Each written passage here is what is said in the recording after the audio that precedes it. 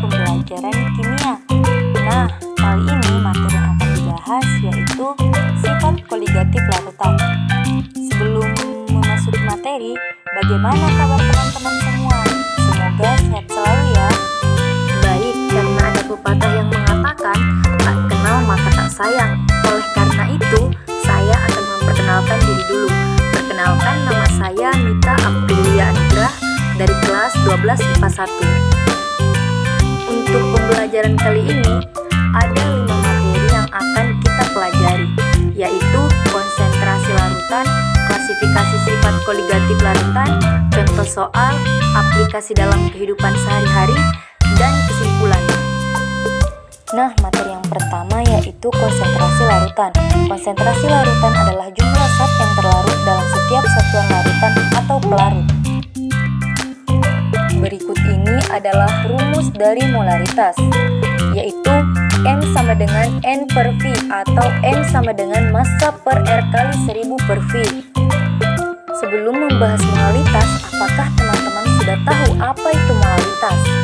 Molaritas adalah cara menyatakan konsentrasi larutan. Molaritas merupakan jumlah mol suatu zat terlarut dalam 1 kg atau 1000 gram pelarut.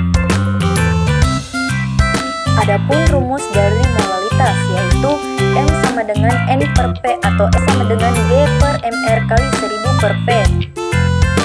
Nah, bagian yang terakhir dari konsentrasi larutan yaitu fraksi mol. Apakah teman-teman sudah tahu apa itu fraksi mol?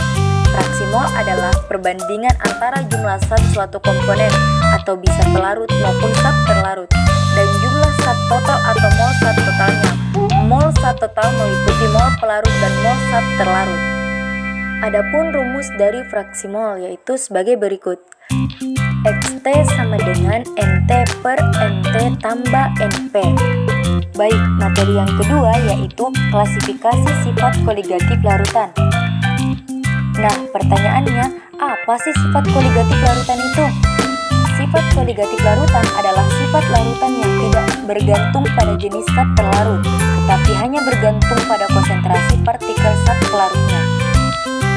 Nah, teman-teman juga perlu mengetahui apa perbedaan larutan elektrolit dan larutan non-elektrolit. Pada kesempatan kali ini, saya akan memberitahu.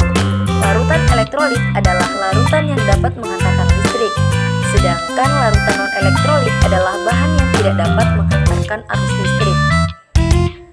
Nah, sekarang teman-teman sudah bisa membedakan ya, mana elektrolit dan mana larutan non-elektrolit.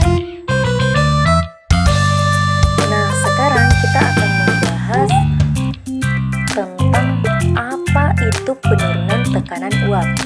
Apakah teman-teman sudah tahu apa itu penurunan tekanan uap? Tahu, saya akan memberitahu ya. Tekanan uap adalah tekanan yang ditimbulkan oleh uap yang berbanding lurus dengan konsentrasi zat cair, namun berbanding terbalik dengan suhu zat cair. Adapun rumus dari tekanan uap, tapi ada 2 rumus yang digunakan pada penurunan tekanan uap larutan, yaitu P sama dengan P0 kali XP. Penurunan tekanan uap larutan yaitu delta P sama dengan P0 kali XT. Selanjutnya, kenaikan titik didih. Apakah teman-teman sudah tahu apa itu kenaikan titik didih? Nah, di sini kita sama-sama belajar ya. Baik, kenaikan titik didih adalah salah satu dari 4 sifat koligatif larutan, yaitu sifat larutan yang dipengaruhi oleh partikel zat pelarut. Ada 2 rumus yang digunakan untuk mencari kenaikan titik didih. Yang pertama, rumus larutan non-elektrolit. Rumus larutan non-elektrolit yaitu delta TB sama dengan M kali KB atau delta TB sama dengan A per MR kali 1000 per P kali KB. Yang kedua, rumus larutan elektrolit yaitu delta TB sama dengan M kali KB kali I. Bisa juga delta TB sama dengan A per MR kali 1000 per P kali KB kali I. Selanjutnya, materi tentang penurunan titik beku. Apakah teman-teman sudah tahu apa itu penurunan titik beku?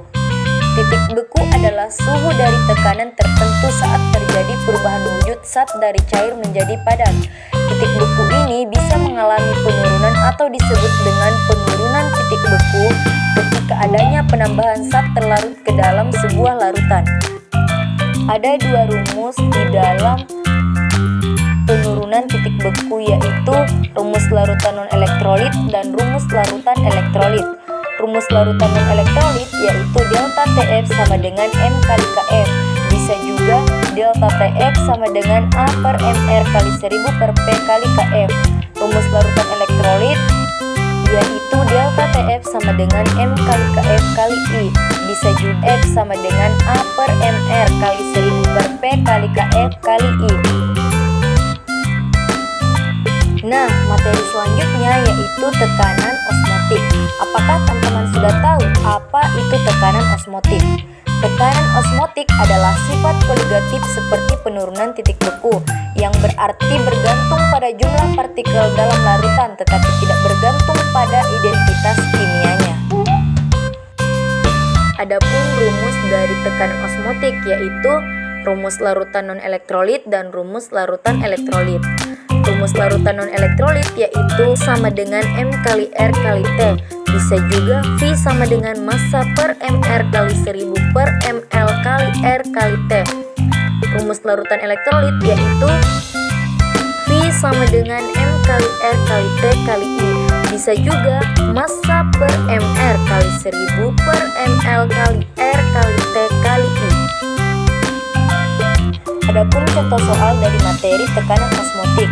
Soalnya, berapakah tekanan osmotik pada 25 derajat Celcius dari larutan sukrosa? Diketahui suhunya 25 derajat Celcius atau sama dengan 298 Kelvin. Konsentrasi dari sukrosa adalah 0,001 m. Yang ditanya itu V atau tekanan osmotik. Sekarang langsung saja kita mencari V itu dengan rumus M konsentrasi kali R kali T, yang mana kita dapatkan M-nya sama dengan 0,001 m dikali R, di mana V itu adalah tetapan ideal nilainya adalah 0,82 liter atom per mol. Kelvin dikali suhunya 298. Kita dapatkan tekanan osmotiknya adalah 0,024 atom. Nah, contoh soal yang kedua yaitu penurunan titik beku. Soalnya, suatu zat non-elektrolit yang masanya 3,42 gram dilarutkan dalam 200 gram air. Larutan itu mendidih pada suhu 100,026 derajat Celcius. Tentukan massa molekul zat tersebut jika Kb air sama dengan 0,52 derajat Celcius molar. Diketahui massa zat adalah 3,42 gram. Massa air adalah 200 gram. Kemudian Tb atau titik didih dari pelarut adalah 100 derajat Celcius dan Tb larutan sama dengan 100,026 derajat Celcius dengan Kb air 0,52 derajat Celcius per molal. Ditanyakan MR zat non-elektrolit. Pertama, kita akan mencari dari delta Tb, yaitu Tb larutan kurang Tb pelarut adalah 100,026 dikurangi Tb pelarut atau air 100. Nah, hasilnya sama dengan 0,026 derajat Celcius. Kemudian kita cari delta Tb sama dengan Kb kurang M. Delta Tb 0,026 sama dengan 0,52 kali M, sehingga di sini M ketemu 0,52 molal. Kemudian kita cari mol zat non-elektrolit yaitu dari mol dikali massa yaitu 0,05 kali 0,2 dijadikan gram sehingga menjadi 0,01 molal. Kemudian rumus dari MR adalah massa dibagi mol. Massa di sini adalah dibagi mol adalah 0,01 sehingga MR dari non-elektrolit adalah 342.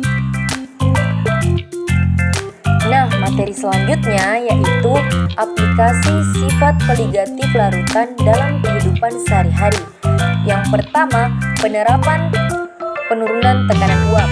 Contohnya, pembuatan kolam apung dilakukan dengan cara melarutkan zat terlarut dalam konsentrasi sangat tinggi.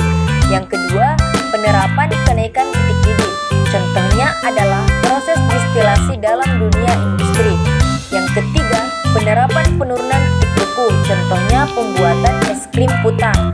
Yang keempat, penerapan tekanan osmotik.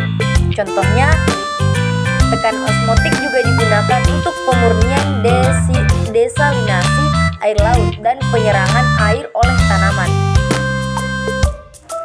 Dan yang terakhir yaitu kesimpulan. Sifat koligatif larutan adalah sifat larutan yang tidak bergantung pada jenis zat terlarut, tetapi hanya bergantung pada konsentrasi partikel zat terlarutnya.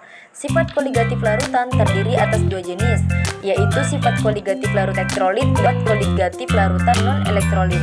Adapun sistem koligatif larutan yaitu konsentrasi larutan yang meliputi molaritas, molalitas, dan fraksi mol.